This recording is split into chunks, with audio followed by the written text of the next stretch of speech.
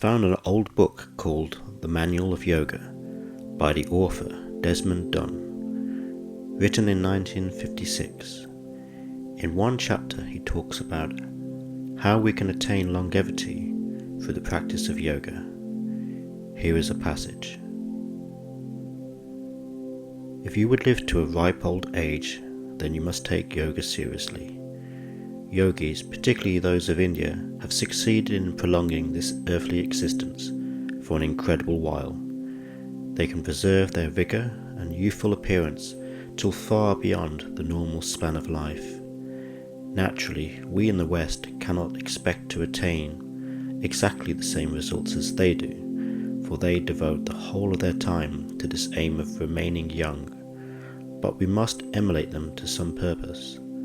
Despite the difference in their environment and mode of existence, we can, provided we are prepared to make sufficient effort, in some measure retain youthfulness and add to the length of our years. We generally appreciate but little we have gained with ease and are so apt to lose it, and once it is gone we would have it back and cannot recover it. One can fritter away one's opportunities to survive to 80 or more, waste one's health as if its supply were an inexhaustible pitcher. But even if one had unwisely done so, yoga will enable one to make good the loss.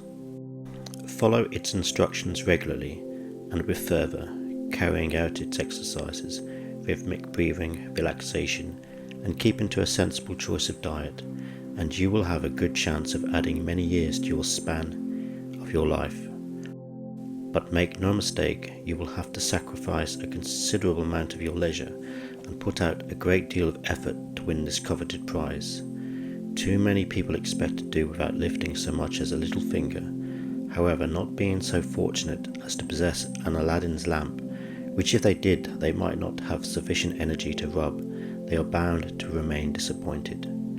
Yoga, like any other pursuits which are worth striving after, cannot be achieved without prolonged and persistent application. That quote was from the Manual of Yoga. I think the same advice can apply to other health practices and disciplines, such as Tai Chi, Qigong, dancing, even bodybuilding, as we can see from Jack LaLanne, who was in his 90s and still exercising. Better health and a degree of longevity can be attained, but we have to work to gain it. Our bodies are designed to be used regularly, but modern living actually discourages it. So many jobs these days don't require a lot of physical activity. Additionally, many of us consume a lot more food than we need. I think that many of us can get to our 50s or 60s without too many complaints. But then the kind of life we have led will then start to catch up with us and affect our bodies. As Desmond writes, make no mistake, it takes a great deal of effort to achieve longevity, and we have to sacrifice leisure to attain it. I think the process can and should be enjoyable and is definitely worth it, and that sacrifice is daily activity or exercise and regular healthy habits. So here are some simple starter points that I have set myself. Set a goal every morning that one of the first things you do is some gentle stretching, calisthenics, qigong or any kind of exercise, even if just for 10 minutes.